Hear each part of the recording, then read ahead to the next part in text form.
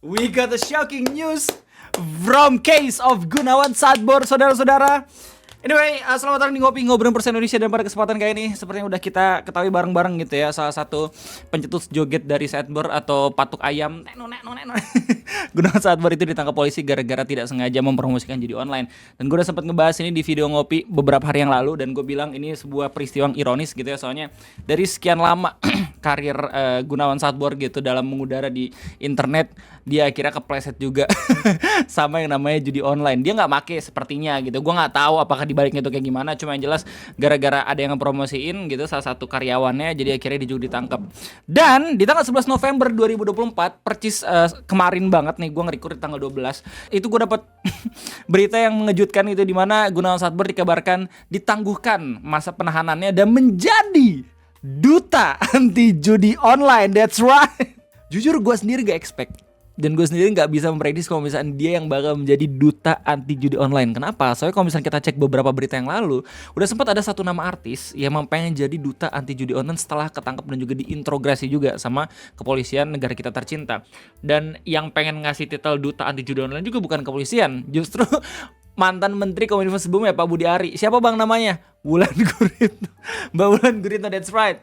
Dan banyak banget orang-orang yang mempermasalahkan soal hal itu. Kenapa? Soalnya ya kenapa titel duta diberikan sama orang-orang yang menyerempet bahkan hampir kena kasus judi online, padahal masih banyak banget orang-orang yang apa ya, seenggaknya terlihat jelas gitu usahanya dalam memerangi judi online. Mungkin aja kayak Om Ferry Irwandi dan segala macam. Mungkin mereka lebih cocok buat dapat titel duta anti judi online, soalnya mereka secara konten juga selalu ngasih tau ke audiens-audiensnya kalau misalkan judi online ini bener-bener mematikan. Gua nggak harus ngejelasin gitu ya berita-berita terkait bagaimana orang-orang itu udah bener-bener merasa dirugikan banget dari berbagai macam kalangan masyarakat gitu ya, dan kerugiannya juga udah banyak banget, udah sampai ratusan triliun katanya. Terus meskipun ada beberapa orang-orang yang bilang ini bakal dipajakin, cuman menurut gua agak kurang efektif, soalnya dampaknya atau damage controlnya justru malahan nggak nutup nggak sih sama keuntungan yang diberikan ketika dipajakin. Nah, by the way, kita balik lagi ke Gunawan Satbour. Sekali lagi, gue gak expect kalau misalnya dia bakal jadi duta anti judi online. Dan menurut gue, apakah ini langkah yang tepat dari kepolisian negara kita tercinta? Gue gak tahu. Kalau misalnya gue lihat dari opini orang-orang di Twitter, mereka semua pada heran. Kenapa? Karena masih banyak orang-orang yang worth it dan juga pantas buat mendapatkan gelar duta anti judi online tersebut. Karena usahanya dan juga perjuangannya dalam mensosialisasikan orang-orang kalau misalkan judi online itu buruk gitu ya. Ya kayak misalkan tadi udah gue sebutin beberapa nama-namanya. Cuman ya lucunya adalah gara-gara kejadian ini justru kayak menggiring opini sama orang-orang di media sosial gitu ya, menganggap kalau misalnya lu bermasalah di negara kita tercinta malah jadi duta dalam permasalahan tersebut. Kayak misalkan kasusnya Zaskia Gotik misalkan, yang kemarin itu sempat nggak sengaja menghina Pancasila, tiba-tiba jadi duta Pancasila. Terus habis itu ada orang yang lepas masker tiba-tiba jadi duta masker. Terus ada cewek lalu lintas tuh yang sempat jadi meme juga tuh terus akhirnya jadi duta lalu lintas, kan lucu gitu ya. Jadi udah banyak example yang harusnya diperbaiki, tapi malah Gunawan Satbour ini menjadi duta anti judi online. Cuman ketika gue baca berita lebih rincinya lagi, ternyata emang ada maksud lain dari kepolisian untuk mengangkat kalau misalnya Gunawan Satbour ini jadi duta anti judi online. Soalnya kepolisian sendiri masih memerlukan korporasi dari Gunawan Satbour ini untuk mensosialisasikan dampak buruk dari judi online di media sosial TikTok. Lu bayangin power yang dimiliki sama Gunawan Satbour. Dia udah bisa menguasai satu kampung, men, lu bayangin. Dan satu kampung tersebut itu udah bisa live streaming hampir 24 jam di banyak banget akun di TikTok. Jadi dengan adanya manpower seperti itu, kayaknya emang agak sedikit efektif kalau misalnya pada akhirnya Gunawan Satbour itu dibebaskan ya, ditangguhkan penahanannya. Terus habis itu disuruh sosialisasi kalau misalkan judi online itu buruk. Bahkan gara-gara judi online gue Satbour anjir di penjara. Tapi sekarang Gunawan menjadi happy bor, gokil. Nah, orang-orang Twitter menganggap kalau misalnya kejadian kayak gini atau peristiwa ini malah jadi reverse psychology, atau orang-orang mikirnya malahan jadi nggak akan takut sama ngepromosin judi online. Kenapa? Soalnya Gunawan Satbour sendiri bisa bebas, bahkan menjadi duta anti judi online gitu ya. Padahal dia sempat nggak sengaja ngepromosin juga, ya nggak sih? Bahkan karena emang ada beberapa nama-nama artis yang keseret juga gara-gara penangkapan Gunawan Satbour ini.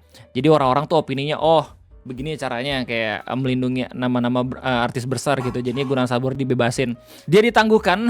Menurut gue sebuah jawaban dari kepolisian akan ironi dari peristiwa penangkapan Gunawan Satbour yang tidak sengaja mempromosikan judi online gitu. Soalnya waktu di video ngopi sebelumnya gue sendiri bilang kalau misalnya Gunawan Satbour ini menurut gue salah satu korban juga meskipun pada akhirnya dapat donat dari judi online.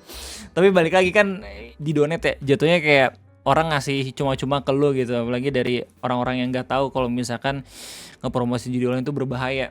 Ya bisa dibedain lah antara live streamer YouTube sama live streamer TikTok dan segala macem ya gitu. Live streamer YouTube seenggaknya mereka udah pada punya shock terapi gitu sebelumnya waktu zaman-zamannya Om Dian kata, terus habis itu YouTuber-YouTuber ML di permasalahin kan Marsha dan segala macem gitu.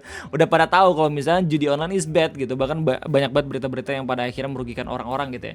Sementara di TikTok kayaknya masih belum banyak orang yang ngeh kalau misalkan hal-hal kayak gitu tuh berbahaya. Dan menurut gua shock terapi yang paling tepat itu ketika lagi peristiwa Satbor yang kemarin ini.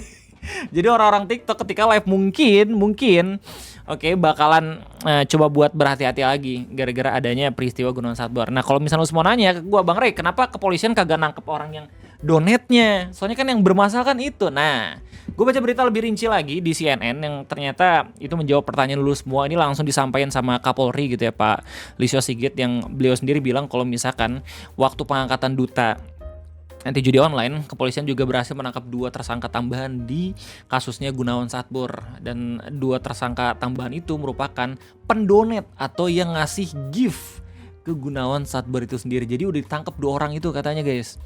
Jadi ya mungkin ini salah satu hal progresif yang dilakuin sama kepolisian gitu ya, soalnya mereka benar-benar coba buat mencari tahu juga, nggak cuma influencernya doang yang dibidik gitu ya, tapi emang orang-orang yang memberikan donation dan juga orang-orang yang memang benar-benar kaki tangan dari bandarnya itu sendiri. Gimana tanggapan lo, bro, soal duta anti judi online Happy Bor Gunawan?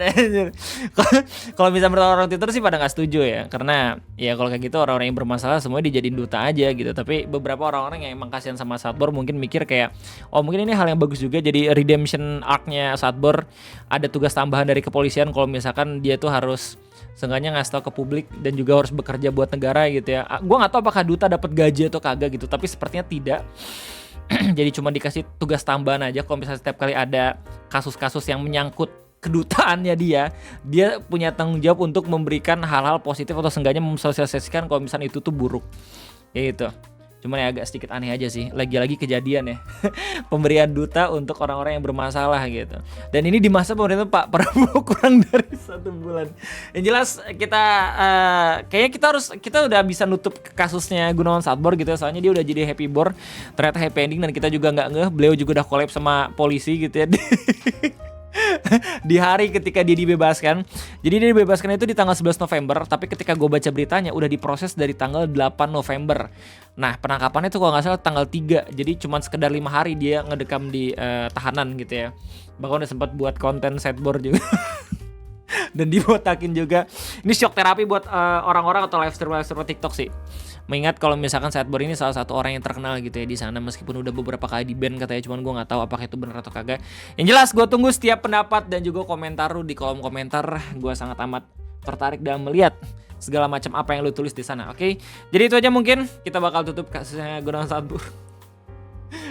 Apakah akan ada inovasi joget baru yang dikeluarkan sama Satbor setelah pengalaman nge-share dan juga masuk penjara ini? Kita bakal sama-sama lihat. Intinya itu aja, mungkin gue terima kasih banyak. Kalau misalnya kalian semua suka, jangan lupa buat like, dan kalau misalnya kalian semua belum subscribe, jangan lupa buat subscribe. Itu aja, mungkin gue terima kasih banyak. Sampai jumpa.